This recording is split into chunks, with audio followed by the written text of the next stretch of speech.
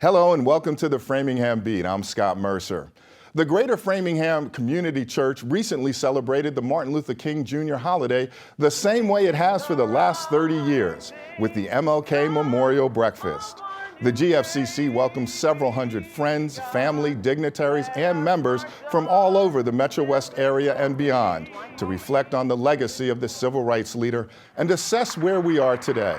Attendees were treated with singing, praying, and speakers who shared passages from Dr. King's speeches and their interpretation. Over 50 years ago, Reverend Dr. Martin Luther King Jr.'s words from his I Have a Dream speech rang forth in the midst of economic uncertainty, civic decay, and the demise of social values, a time not much unlike our present. We are here today because the words spoken by this one man were spoken to claim the injustices on behalf of millions of African Americans.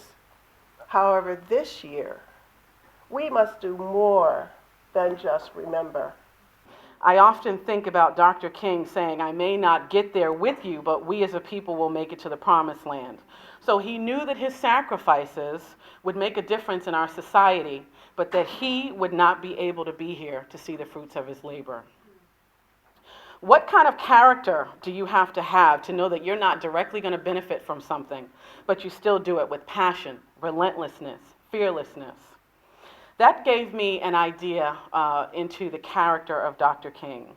Every day fighting, lobbying to make things better for us decades later.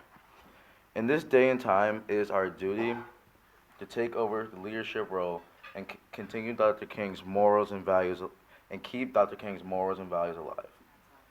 A key difference that we must acknowledge and understand is that we can want change all we want, but are you willing to be the change? We are all leaders. You are a leader, I am a leader, and at a bare minimum, you ought to be able to lead yourself. Right?